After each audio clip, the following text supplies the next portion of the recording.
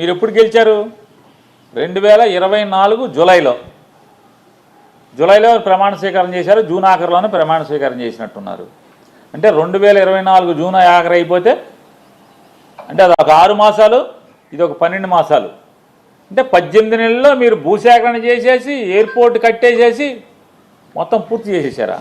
R&R package నిర్మాణం చేసి 18 మాసాల్లో. అరే ప్రజలు అన్నీ ఆలోచిస్తారే. 18 మాసాల్లో మనం పోర్టు కట్టడం సాధ్యం అవుద్దా? ఎయిర్పోర్ట్ అనేది, అది అంతర్జాతీయ స్థాయిలో ఎయిర్పోర్ట్ నిర్మాణం చేయటం అనేది అవుతుందా అంటే ఆ స్పృహ కూడా లేకుండా ఎంతసేపు ఎవడు చేసిన పనైనా మన ఖాతాలో వేసుకోవాలి.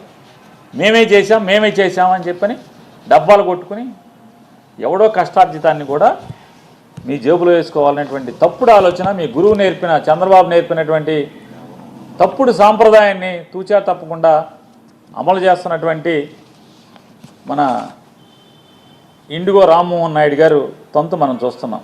ఎలా అవుతుంది చెప్పండి? భోగాపురం ఎయిర్పోర్టు 18 మాసాల్లో భూసేకరణ పూర్తి చేసి నిర్మాణం పూర్తి చేయటం. ఇవాళ మొన్నటిదాకా ఏం చెప్పారు? జగన్మోహన్ రెడ్డి గారు మళ్ళీ వస్తాడని అడుగుతున్నారు.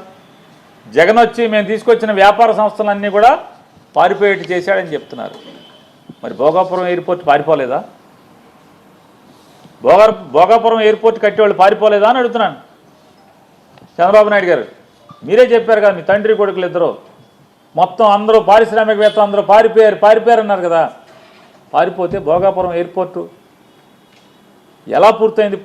మీరు ఎక్కిన 18 మాసాలకే మీరు వచ్చి వాళ్ళ ఫోటోలు దిగటానికి, అదే ట్రయల్ రన్లో విమానాలు దిగటానికి, చేతులోపటానికి మీకు అవకాశం ఎట్లా వచ్చింది? జగన్ కష్టంతో, జగన్ ఆలోచనతో, జగన్ పడ్డ శ్రమతో కదా వచ్చింది.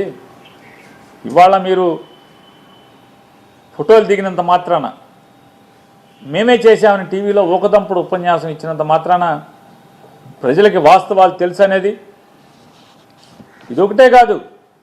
ఆ రోజు ఏం చెప్పారు? మీరు ఎక్కిన కొన్నాళ్ళు 1 సంవత్సరం పాటు జగన్ వస్తాడని మమ్మల్ని అడుగుతున్నారు. ఏ దేశం వెళ్ళినా, ఈ ప్రపంచంలో ఎక్కడికి వెళ్ళినా జగన్ మళ్ళీ గెలుస్తాడా అని అడుగుతున్నారు అన్నారు. సంవత్సరం పూర్తి చేస్తున్న సందర్భంగా ఏం మాట్లాడారు? జగన్ అనే ఒక భూతాన్ని మేము పాతేసామని చెప్పి మాట్లాడారు నారా చంద్రబాబు నాయుడు గారు.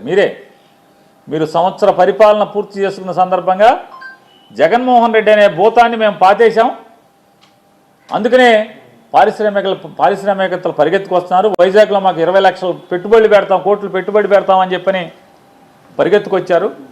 మేము జగన్ నామరూపాలు లేకుండా చేసాం. ఇక జగన్ మళ్ళీ ఎప్పటికీ భూమి ఉన్నంత వరకు జగన్ మళ్ళీ గెలవడని చెప్పని సొరకాయ కోతలు కోసారు కదా. మరి ఏమైంది? మెడికల్ కాలేజీలో టెండర్లు ఎందుకు రావట్లేదు?